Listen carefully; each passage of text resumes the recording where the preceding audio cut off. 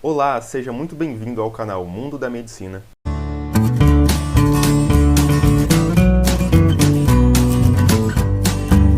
E hoje nós falaremos sobre o tecido cartilaginoso, dando sequência àquela playlist de vídeos sobre histologia, tá certo? A gente vai discutir hoje sobre o tecido cartilaginoso, no próximo sobre o tecido ósseo e a gente fecha a playlist. Vamos lá então. O tecido cartilaginoso, ele nada mais é do que um tecido conjuntivo, igual aos demais que já foram citados, só que este é de suporte, assim como o tecido ósseo. Ele é um tecido mais rígido, né, do que o tecido adiposo, por exemplo, porém apresenta uma certa flexibilidade. Então as funções que ele desenvolve no nosso organismo é basicamente o suporte de tecidos moles, justamente por essa rigidez parcial dele. Funciona como revestimento de superfícies articulares e as nossas articulações no caso, né? Então, se a gente pensar nisso, a gente já deduz as duas outras funções do tecido cartilaginoso, que é justamente facilitar o deslizamento entre as articulações e também absorver choques mecânicos, porque ele vai ficar ali grudado no osso. Então, qualquer choque mecânico que vai ocorrer naquela região, ele distribui para o osso de uma maneira a diminuir esse choque. Com isso, ele não apresenta vasos sanguíneos e não apresenta também vasos linfáticos e nem inervação, tá certo? Ele vai ser muito importante para o desenvolvimento do tecido ósseo. E por isso, justamente que eu deixei tanto o tecido cartilaginoso e o tecido ósseo para o final, porque eles vão estar se relacionando aí. Bom, como se dá a composição do tecido cartilaginoso? O tecido é basicamente composto por condrócitos, que é a célula principal, e a matriz extracelular. Esses condrócitos, eles vêm lá das células mesenquimais, como todo o tecido conjuntivo. Depois eles se diferenciam em condroblastos, ou células condrogênicas também, e depois em condrócitos, tá certo? Já a matriz extracelular, ela é rica em colágeno e elastina. Também tem proteoglicanas, glicosaminoglicanas e glicoproteínas, tá certo? Quando a gente está falando em glicosaminoglicanas, a gente está falando sobre o ácido hialurônico, tá certo? Vamos ver então como é que se dá a composição celular desse tecido. Ele é composto então por células condrogênicas, que são células de fato diretamente ali originárias das células mesenquimais, que apresentam um caráter fusiforme e estreito, com o núcleo ovoide, tá certo? Quando a gente fala em condroblasto, a gente está falando de uma célula que vem lá das células mesenquimais ou das células condrogênicas, tá certo? Os condroblastos eles vão apresentar um citoplasma que vai estar rico em organelas específicas para a síntese, porque ele vai sintetizar também matriz para esse tecido. Com isso, num nível de desenvolvimento um pouco maior do que as células condrogênicas, eles vão ser um pouco mais arredondados, tá certo? Já os condrócitos, aí sim, vão ser totalmente arredondados ali, como uma célula em estágio final do desenvolvimento, que nada mais são do que justamente os condroblastos em um nível maior ali de síntese. Ele vai habitar lacunas, tá certo? Essas lacunas, dentro do tecido cartilaginoso, a gente vai chamar de condroplastos, tá certo? Com P ali.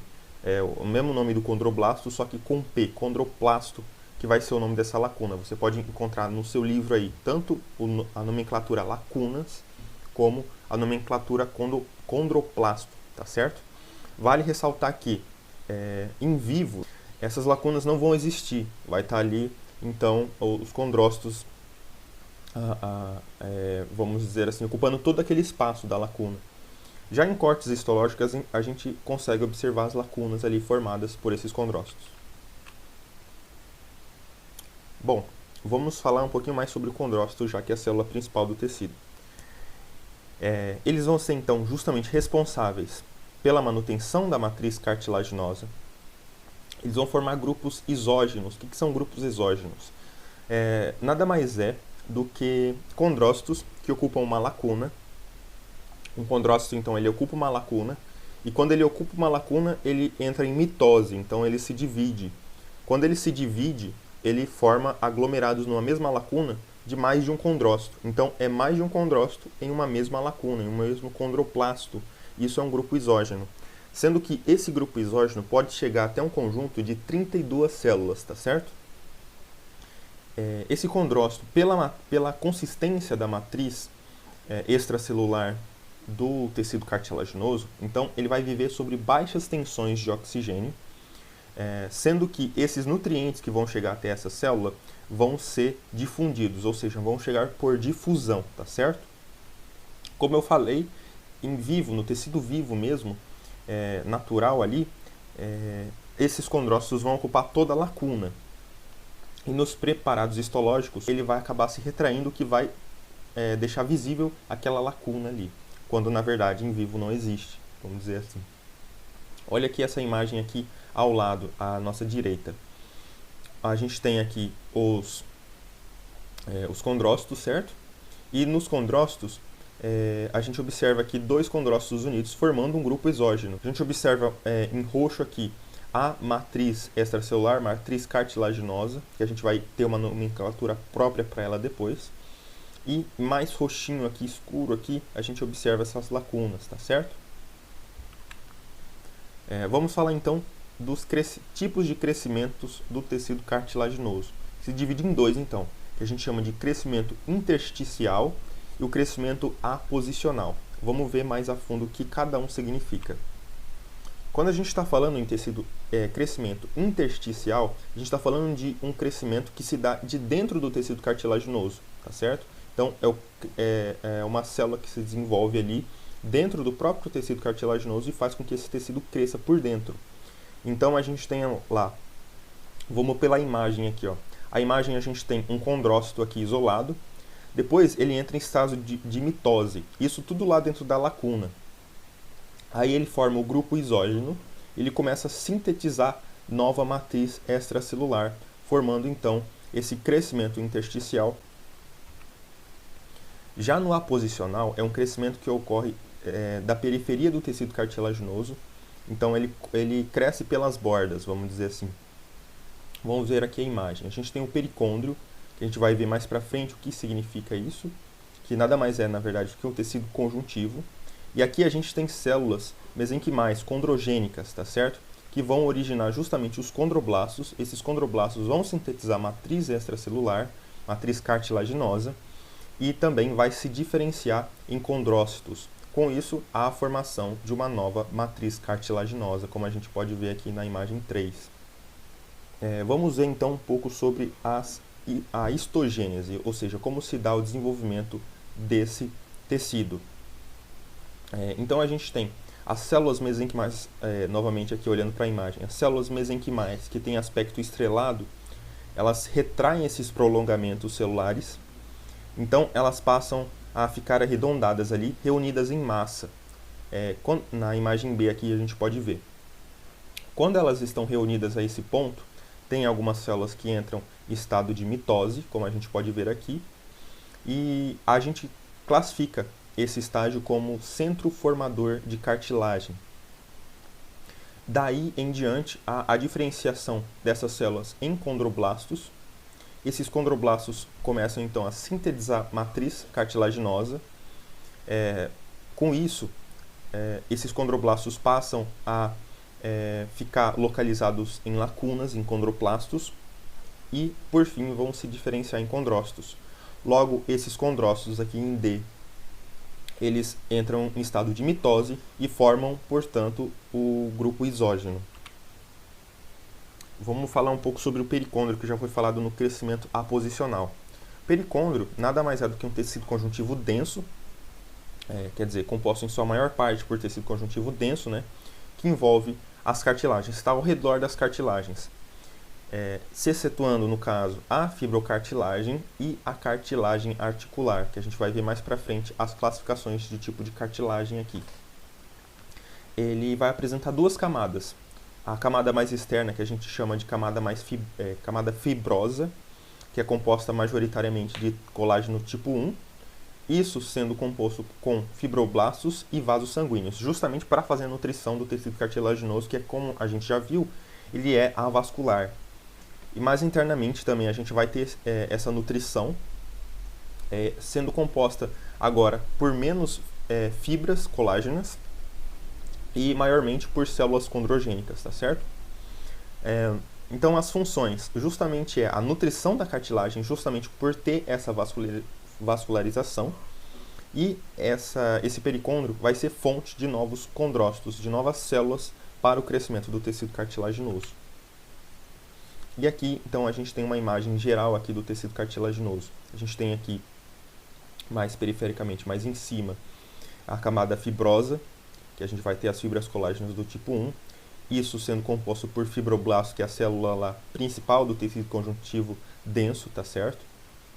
Um pouquinho mais aqui a gente já tem células condrogênicas, como depois o condroblasto, no caso, sintetizando matriz, lembrando do crescimento aposicional que a gente acabou de discutir. E mais abaixo a gente tem, de fato, o tecido cartilaginoso já com seu condrócito, com seu condroblasto aqui, sintetizando matriz. Aqui, mais à esquerda, abaixo aqui, a gente tem um grupo isógeno, que a gente pode observar aqui duas células dividindo uma mesma lacuna. E quando a gente fala dessa matriz, dentro dessa lacuna, a gente está falando de uma matriz territorial, tá certo? Quando a gente fala, então, em uma matriz que está fora dessa lacuna, ela é uma matriz chamada de interterritorial. Então, essa matriz é composta justamente por substância fundamental, sendo majoritariamente constituída de água, em torno de 75%, proteoglicanos, que é a glicana aqui, que se ligam justamente ao glicosaminoglicano, que é justamente o ácido hialurônico. Tem também a condromodulina e a condronectina. Essas fibrilas de colágeno que vão estar na matriz cartilaginosa são majoritariamente colágeno do tipo 2, tá certo? E a gente tem uma imagem esquematizando todo esse entrelaçamento aqui de proteoglicanas, de ácido hialurônicos, que vão justamente compor o tecido cartilaginoso. Vamos então aos tipos de cartilagem. O tecido cartilaginoso ele pode ser dividido em 3 tipos. Então, cartilagem hialina, cartilagem elástica e a fibrocartilagem. Vamos ver cada uma mais especificamente. Bom, a cartilagem hialina, como a gente pode observar aqui na imagem, ele é um aspecto vítreo e azulado, tá certo? É essa mais roxinho aqui no meio aqui. E aí formam então as cartilagens costais, a parte do esqueleto nasal, os brônquios e superfícies articulares, a cartilagem hialina, mesmo que vai formar esses componentes do nosso corpo, tá certo? Com isso, ela desempenha um papel fundamental, porque como ela vai estar intimamente relacionada com os ossos, elas vão formar moldes para os grandes ossos, tá certo? Com isso vai, então, fornecer amparo e nutrição aí para o crescimento dos ossos. A gente observa aqui na imagem, então, mais no centro aqui, mais roxo, a cartilagem hialina de fato, e ao redor dela a gente tem o pericôndrio ali sendo composto justamente essa parte mais rosada aqui por tecido conjuntivo denso, e essa parte mais interna aqui sendo composta por células condrogênicas, o condroblasto, células que vão originar de fato a matriz cartilaginosa. Já a cartilagem elástica, ela é muito semelhante à cartilagem hialina, só que ela tem uma notada presença aqui de fibras elásticas na matriz, tá certo? Então a gente anota um aspecto mais azulado aqui, justamente por essas fibras colágenas. Lembrando que essas fibras são colágeno tipo 2, tá certo?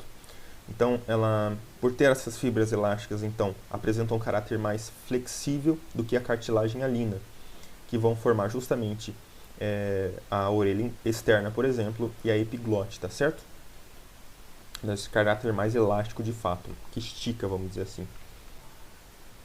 Já a fibrocartilagem, a gente nota aqui a sua morfologia bem característica, que no caso aqui não apresenta pericôndrio.